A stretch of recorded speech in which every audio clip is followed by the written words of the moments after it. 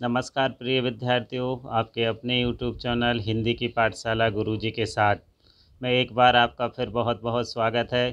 मैं उम्मीद कर सकता हूँ आप लोग स्वस्थ होंगे, तंदुरुस्त होंगे और अपने अध्ययन को सुचारू रूप से जारी रखे होंगे। प्रिय विद्यार्थियों, कोरोना काल के कारण इस बार CBSE ने अपनी परीक्षा पद्धति में बदलाव किया है। इस बार परीक्षा 2 टर्मों में आयोजित की जाएगी। फर्स्ट टर्म जो कि पूरा का पूरा बहुविकल्पीय प्रश्नों पर आधारित होगा। इसकी संभावित डेट भी CBSE से प्राप्त हो चुकी है और यह संभावित डेट 15 नवंबर है।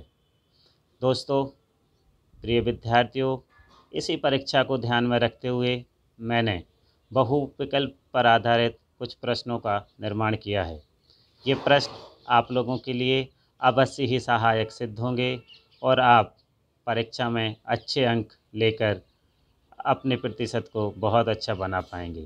इसी उम्मीद से आज मैं आप लोगों के लिए पाठ 1 नेताजी का चश्मा के लगभग 10 प्रश्न लेके आया हूँ। अगले प्रश्न अगले वीडियो में मेरे उपलब्ध होंगे आप लोगों के लिए, इसलिए मेरे वीडियो को अधिक से अधिक देखिए और मेरे इस चैनल को अधिक से अधिक सब्सक्राइब कीजिए, शेयर कीजिए, लाइक कीजिए और अपने दोस्तों से भी सब्सक्राइब कराइए। इस वीडियो को अंत तक देखिए, इसके सभी प्रश्न बहुत महत्वपूर्ण हैं और आप लोगों के लिए उपयोगी सिद्ध होंगे। चलिए, तो हम आज का अपना वीडियो आरंभ करते हैं। पाठ 1 नेताजी का चश्मा। पहला प्रश्न, नेताजी का चश्मा कहानी में कैप्टन कौन था?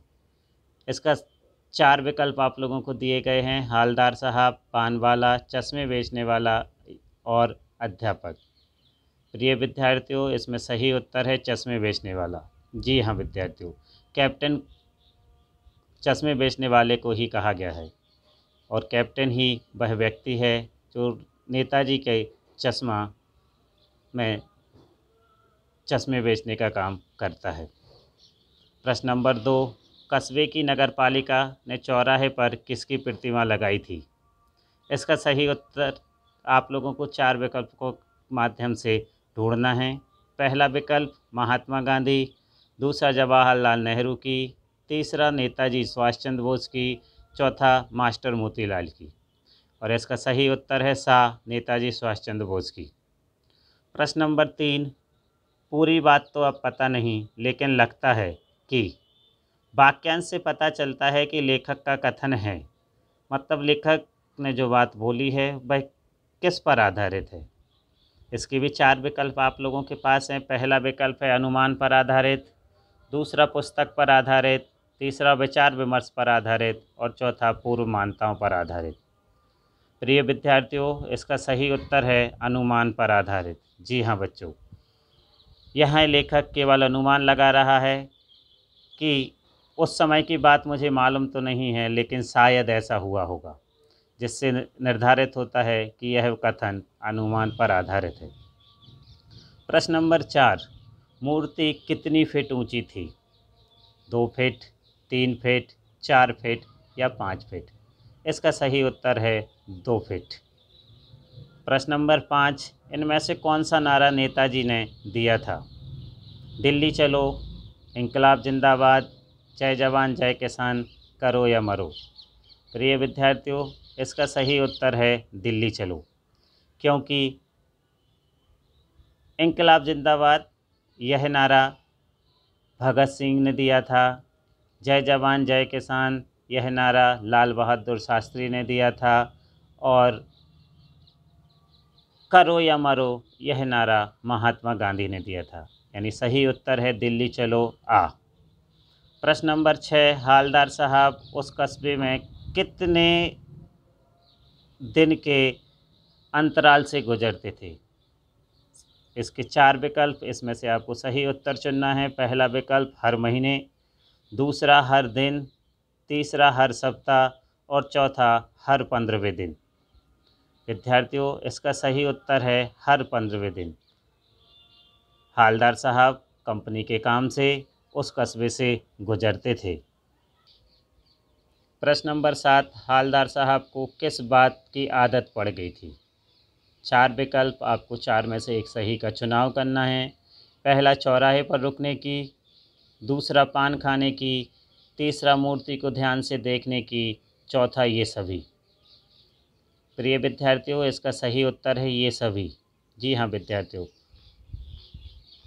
हालदार साहब कस्बे से गुजरते तो चौराहे पर रुकते, वहाँ पान खाते और मूर्ति को भी ध्यान से देखते। मतलब ये तीनों ही विकल्प सही हैं, इसलिए उत्तर होगा द, ये सभी। प्रश्न नंबर 8, आहत शब्द का पर्यायवाची शब्द है। इसमें भी 4 विकल्प आप लोगों के लिए मौजूद हैं। पहला माथत, दूसरा आहट, तीसरा पायल और चौथा घायल। विद्यार्थियों, आप लोगों से परीक्षा में इस प्रकार के प्रश्न भी पूछे जा सकते हैं, जिसमें आपसे शब्दार्थ, पर्यायवाची, अलंकार, ये चीज़ें पूछी जा सकती हैं। इसीलिए इसी चीज़ को ध्यान में रखते हुए मैंने इस प्रकार के प्रश्न को भी शामिल किया है। तो चलिए, इस प्रश्न का सही उत्तर मैं आप लोगों को बताता हूँ। इसका सही उत्तर माथत नहीं होगा, क्योंकि माथत का अर्थ होता है साथ में काम करने वाला। आहट नहीं होगा, पायल भी नहीं होगा। जी हाँ मित्रों, सही उत्तर होगा घायल। प्रश्न नंबर 9, पान वाला कैसा आदमी था? बेरुखा, विकल्प 2 क्रूर, विकल्प 3 सहृदय और विकल्प 4 काले, काला, मोटा और खुश मिजाज। प्रिय विद्यार्थियों, इसका सही उत्तर है काला, मोटा और खुश मिजाज।